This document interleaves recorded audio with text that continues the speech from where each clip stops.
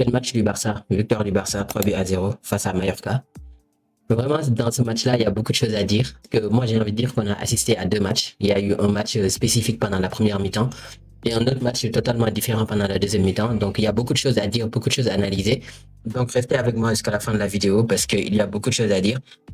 Aujourd'hui, tu as accueilli Mallorca avec un effectif assez diminué quand même, il faut le dire, parce que t'as pas Pedri, t'as pas Rafinha et Frenkie de Jong aussi était sur le banc, donc au repos. On va dire que le Barça a accueilli une équipe de Mallorca avec la moitié de ses forces, ça c'est sûr. Et malgré ça, on a vu un Barça sérieux, on a vu un Barça qui a pu sceller le destin de ce match-là dès l'entame de la deuxième période du match avec un magnifique but de Lamine Yamal. Vraiment aujourd'hui, Lamine Yamal, il m'a régalé, ça c'est sûr. Et en fait, toute l'équipe m'a régalé aujourd'hui, notamment Baldé. On ne sait même pas pourquoi il a une note de 6,8, mais moi j'ai trouvé un Baldé extrêmement sérieux. Un Baldé qui retrouve ses jambes, un Baldé qui sait courir, qui fait que de bons choix.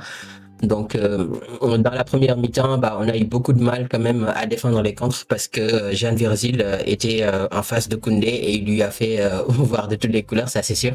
Koundé, aujourd'hui, il a eu beaucoup de mal. Hein. Vraiment, Koundé, ça fait quelques matchs déjà. Il a du mal face à des adversaires qui sont rapides. Vraiment, Koundé, ça sent plus trop la sérénité. Le Koundé qu'on avait eu la saison dernière a complètement disparu, ça il faut le dire. Aujourd'hui, quand tu le regardes, tu sais que c'est un gars qui joue avec la peur, un gars qui a peur de faire une boulette, un gars qui est capable de se faire prendre de vitesse par n'importe quel ailier plutôt rapide, hein, ça il faut le dire. Après, il avait aussi un client devant Virgili, vraiment il est exceptionnel. Hein. Moi, ce jour-là, je savais qu'il était au Barça, mais je le connaissais pas trop, je l'avais pas suivi, on va dire. Mais vraiment, quand je vois le joueur qu'il est, je suis content que le Barça ait gardé la main mise dessus. En tout cas, que le Barça ait la priorité pour le racheter parce que ça se voit qu'il sera un joueur excellent plus tard. On a vu quand même un milieu de terrain qui a été très très remanié parce qu'on a eu Casado, Dani Olmo et Fermin Lopez. Trois personnes qui n'ont pas l'habitude de jouer ensemble, hein, ça il faut le dire.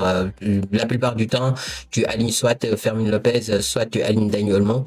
Et Casado en point de basse a été très très intéressant. Donc oui, le milieu aujourd'hui s'est marché dessus, même si Olmo s'en sort hein, avec deux passes décisives quand même. Mais bon, son match a été sans passe en plus, on va dire correct, parce que le Dani Olmo qu'on avait l'habitude de voir, qui était capable de faire des différences à lui tout seul, ou alors de couper des lignes de passe, aujourd'hui on l'a pas vu. On a plus vu un Olmo qui était plus intéressant autour de la surface de réparation. Olmo et Fermin Lopez, honnêtement, moi je pense que c'est pas compatible et tout le monde le sait. Hein, donc ils se marchent dessus, ils ont un peu ce même profil là de box to box, donc c'est pour ça que quand tu les alignes, tu peux être sûr que la créativité au milieu de terrain, c'est compliqué.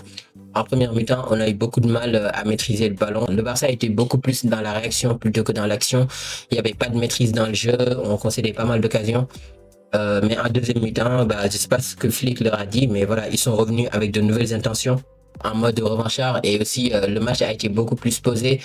Le Barça a commencé à maîtriser son adversaire. Mallorca n'arrivait plus à ressortir les ballons proprement. Tout le temps, ils étaient gênés dans la relance.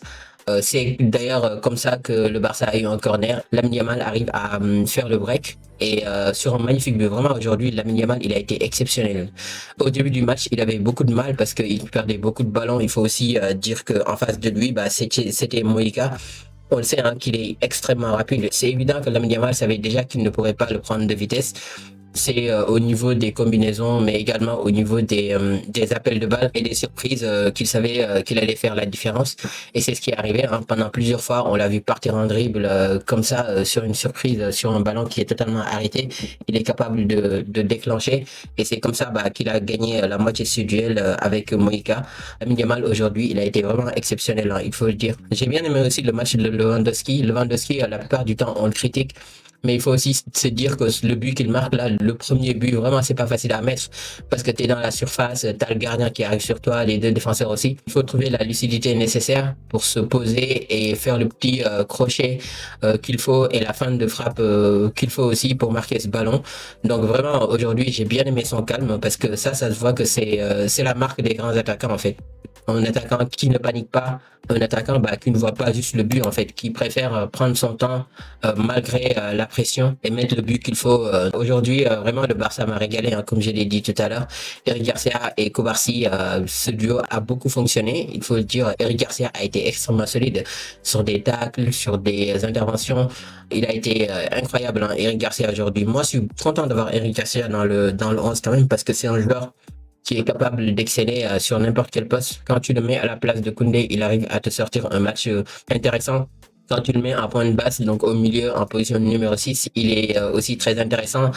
Et quand tu le mets aussi en axe central, il est capable de sortir des performances pareilles. Avoir un Eric Garcia dans l'effectif, c'est une bénédiction et Flick l'utilise très très bien et ça, c'est très intéressant. Marcus Rashford, incroyable. Aujourd'hui, son match, vraiment, Rashford, il n'y a pas eu beaucoup de ratés. Il a eu des courses très, très intéressantes. Il a eu également des actions. Je crois que le premier but vient de lui. Il part en dribble, il ressort, il arme sa frappe. Et derrière, il y a eu cafouillage et Lewandowski met son petit but. Donc oui, Rashford, il a été très, très intéressant aujourd'hui dans le match, dans les propositions, mais également dans les coups de pied arrêtés. Je crois qu'il a touché la barre une fois dans un coup de pied arrêté et ça c'est très intéressant. Ça se voit que il commence à varier son jeu. On est loin du Rashford qu'on avait en début de saison qui ne faisait que courir bêtement comme ça et s'empaler dans les défenseurs. Aujourd'hui, on voit un Rashford beaucoup plus intéressant, mais qui est également un jambe qui arrive à te proposer d'autres combinaisons, d'autres manières de marquer parce qu'il a une bonne frappe et de ce fait, il permet sa frappe à l'entrée de la surface de réparation pour débloquer certaines situations plutôt compliquées. Et ce que j'ai aimé aussi, c'est qu'aujourd'hui, on a retrouvé un Barça efficace. Parce que lors des 2 derniers matchs, tout le monde se disait, oui, le Barça n'est pas efficace, c'était capable de te procurer beaucoup d'occasions dans le match, mais en mettre un ou deux. Et aujourd'hui, on a vu que le Barça, même s'ils ont eu beaucoup d'occasions, ils ont quand même marqué pas mal de buts. Et ça, c'est extrêmement intéressant. Donc, on retrouve un Barça qui est intéressant, un Barça qui marque des buts, qui est efficace. Il faut juste noter que c'est une amélioration assez considérable parce que voilà, l'équipe qu'on a eu en face aujourd'hui, Mallorca, ils étaient très intéressants dans la défense parce que je crois qu'ils jouaient à 5 en premier mi-temps, donc le Barça a eu beaucoup de mal. Le Barça se faisait prendre en compte tout le temps. Aujourd'hui, tu savais que tu n'allais pas avoir beaucoup d'occasions en première mi-temps et le Barça a pu marquer, je crois, la deuxième ou la troisième occasion qu'ils ont eu et ça, c'est extrêmement intéressant. L'entrée de Bernal a été très intéressant aussi. Il est venu, il est allé avec son petit but. Donc, je suis content pour lui. Je suis content qu'il ait marqué ce but-là.